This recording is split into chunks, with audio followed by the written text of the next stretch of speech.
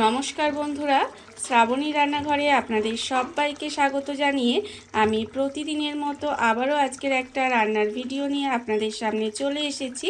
আজকের আমি আপনাদের কই মাছ দিয়ে একটা অসাধারণ রেসিপি বানিয়ে দেখাবো। আশা করি আপনাদের ভালো লাগবে। তার জন্য কিন্তু আমার পুরো ভিডিওটা আপনাদের দেখতে হবে। আর দেখা শুরু করার আগে একটা লাইক দেবেন, সুন্দর একটা কমেন্ট করবেন আর শেয়ার করতে ভুলবেন না। তাহলে চলুন আজকের আমি এই কই মাছের রেসিপিটা কিভাবে বানিয়েছি সেটা আপনারা একবার দেখে নিন। রান্না করার জন্য প্রথমে আমি একটা দেখুন মশলা রেডি করে নেব। তার জন্য আমি নিয়েছি পেঁয়াজ। এখানে একটা মাঝারি সাইজের পেঁয়াজকে আমি এইভাবে একটু সরু সরু করে কেটে নিয়েছি, সেই পেঁয়াজটা দিয়ে দিলাম। আর দেব আমি এখানে টমেটো। এখানে কিন্তু একটা ছোট টমেটো একটু টুকরো করে রেখেছি, সেই টমেটোটা আমি এর মধ্যে দিয়ে দিলাম। আর দেব আমি রসুন। এখানে কিন্তু প্রায় 8 থেকে 9 কোয়া রসুন ছাড়িয়ে রেখেছিলাম, সেটাও দিয়ে দিলাম। আর এবার কিন্তু এর মধ্যে অল্প সামান্য জল দিয়ে এটাকে পেস্ট করে নেব। এই মশলাটা কিন্তু প্রথমে রেডি করে নিতে হবে। মশলাটা আমার এখানে রেডি হয়ে গেছে, মশলাটা আমি রেডি করে নিয়েছি। এবার এটাকে আলাদা করে সরিয়ে দেব। আর অন্যদিকে দেখুন এখানে 2 পিস কই মাছ নিয়ে নিয়েছি। এবার কই মাছের মধ্যে প্রথমে দিয়ে দেব, মাছটা আমি ভালোভাবে ধুয়ে কেটে পরিষ্কার করে নিয়েছি।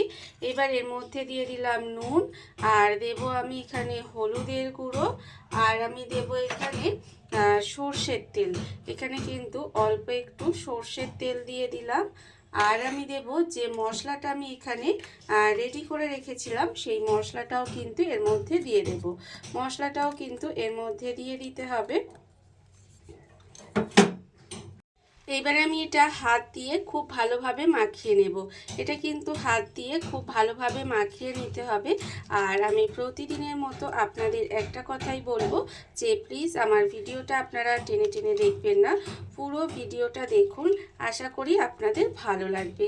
দেখুন এইভাবে কিন্তু মশলাটা খুব ভালোভাবে মাছের মধ্যে মাখিয়ে নিতে হবে, যাতে মাছের মধ্যে মশলাটা খুব ভালোভাবে লেগে যায়। এইভাবে মাখিয়ে কিন্তু আমি এটা আধ ঘন্টার মতো রেখে দেব।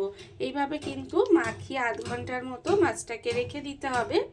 মাছটা আমি এখানে মশলা মাখিয়ে এখানে প্রায় আধ ঘন্টা মতো রেখে দিয়েছি। আর অন্যদিকে দেখুন এখানে গ্যাসটা অন করে একটা কড়া বসিয়ে দিয়েছি। এইবার কড়ার মধ্যে দিয়ে দেব সর্ষের তেল। এখানে কিন্তু রান্নাটা আমি সর্ষের তেলেই করব, তার জন্য কড়াই সর্ষের তেল দিয়ে দিলাম। দিয়ে তেলটাকে খুব ভালোভাবে একটু গরম হতে দেব। তেল কিন্তু এখানে প্রথমে খুব ভালোভাবে গরম করে নিতে হবে। তেলটা আমার এখানে ভালোভাবে গরম হয়ে গেছে। তেল আমি এখানে ভালো করে গরম করে নিয়েছি। এইবার তেলের মধ্যে দিয়ে দেব খুব সামান্য অল্প একটু নুন, আর দেব এখানে অল্প সামান্য একটু হলুদের গুঁড়ো। নুন আর হলুদ দিয়ে এটা ভালো করে মিশিয়ে নেব। মিশিয়ে নিয়ে এবার আমি এর মধ্যে দিয়ে দেব দেখুন আলু। এখানে কিন্তু আলুগুলোকে এইভাবে লম্বা লম্বা করে একটু কেটে রেখেছি। আলু বলতে এখানে আমি একটা আলুই ব্যবহার করেছি। সেই একটা মাঝারি সাইজের আলুকে একটু লম্বা লম্বা করে কেটে রেখেছি, সেই আলুটাই তেলের মধ্যে দিয়ে দিলাম।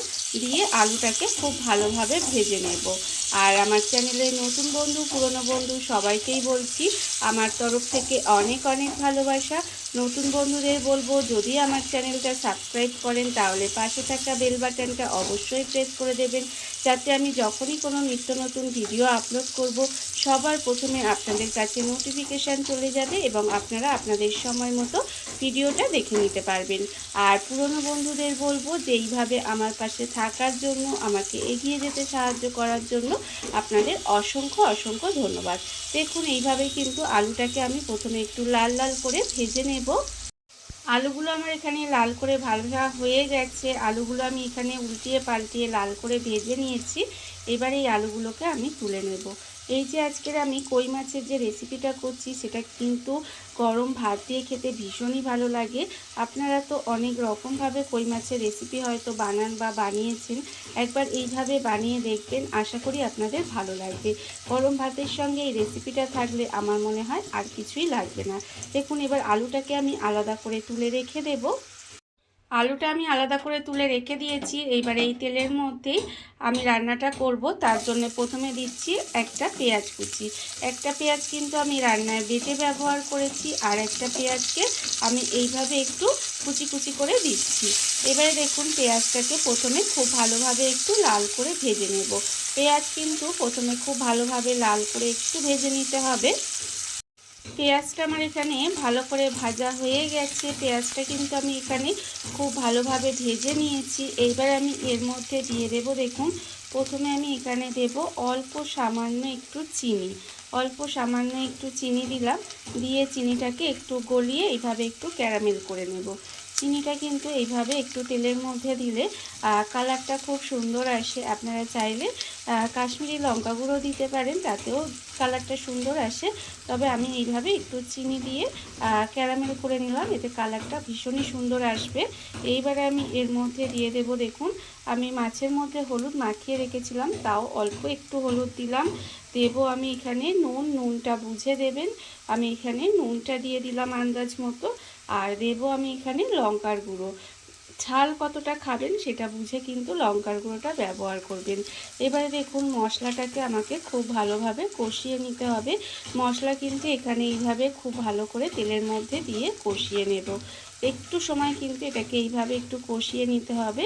এইবারে আমি এর মধ্যে দিয়ে দেব, দেখুন এখানে যে মাছের মধ্যে আমি মশলা মাখিয়ে একটু রেখে দিয়েছিলাম, সেই মাছটা কিন্তু এখানে দিয়ে দিলাম।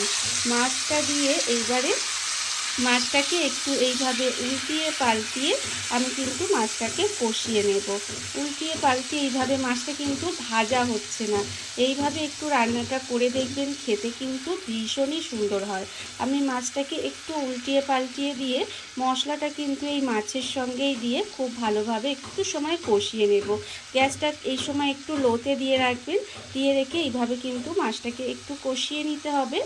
গ্যাসটাকে লোতে দিয়ে এইভাবে মাছটা উল্টিয়ে পাল্টিয়ে কিন্তু মশলাটা খুব ভালোভাবে কষিয়ে নিয়েছি, আপনারা দেখতেই পাচ্ছেন। আর এইভাবে কিন্তু একটু সময় এটাকে কষিয়ে নিতে হবে।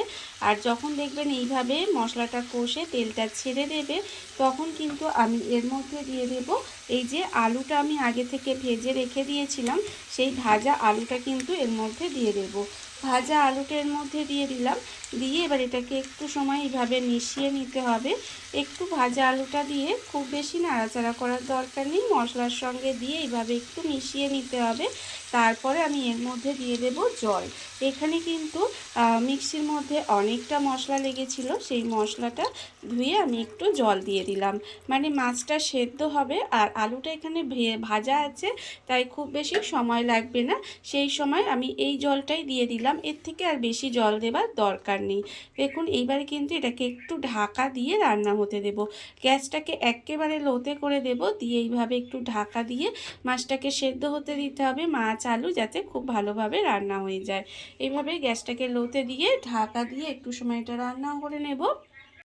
ঢাকা দিয়ে আমি বেশ কিছুক্ষণ এইভাবে রান্না হতে দিয়েছিলাম, এর ফলে আপনাদের দেখাচ্ছি, দেখুন এটা কিন্তু আলুটা সেদ্ধ হয়ে গেছে, আর মাছটাও আমি একটু মাঝে মাঝে উল্টিয়ে পাল্টিয়ে দিয়েছিলাম, তার ফলে কিন্তু মাছটাও এখানে সেদ্ধ হয়ে গেছে। এইভাবেই কিন্তু একটু ঢাকা দিয়ে গ্যাসটাকে লোতে দিয়ে একটু সময় রান্না করে নিতে হবে। আর এখানে দেখুন এরকম একটু মাখা মাখা খেতেই এটা বেশি ভালো লাগে। রান্না আমার এখানে হয়ে গেছে। এবার নামানোর আগে এর মধ্যে দিয়ে দেব অল্প সামান্য একটু গরম মশলার গুঁড়ো দিয়ে দিলাম, আর দেব এখানে ধনেপাতা কুচি। ওপর থেকে একটু ধনেপাতা কুচি ছড়িয়ে দিলাম, দিয়ে এবার গ্যাসটাকে অফ করে দেব। অফ করে দিয়ে ঢাকা দিয়ে কিছুক্ষণ এইভাবে রেখে দেব। তারপরে আপনাদের পরিবেশন করে দেখাবো ঠিক কেমন হলো। গরম ভাতের সঙ্গে এরকম একটা রেসিপি থাকলে আমার মনে হয় আর কিছুই লাগবে না। দেখুন একেবারে রেসিপিটা রেডি হয়ে গেছে। দেখুন বন্ধুরা, বাড়িতে থাকা কত অল্প উপকরণে কত অল্প সময় কত সুন্দর একটা কই মাছের রেসিপি তৈরি হয়ে গেছে, আপনারা দেখতেই পেলেন। আর এটা কিন্তু খেতে ভীষণ সুন্দর হয়। এইভাবে আপনারাও একবার হলেও বাড়িতে বানিয়ে দেখতে পারেন।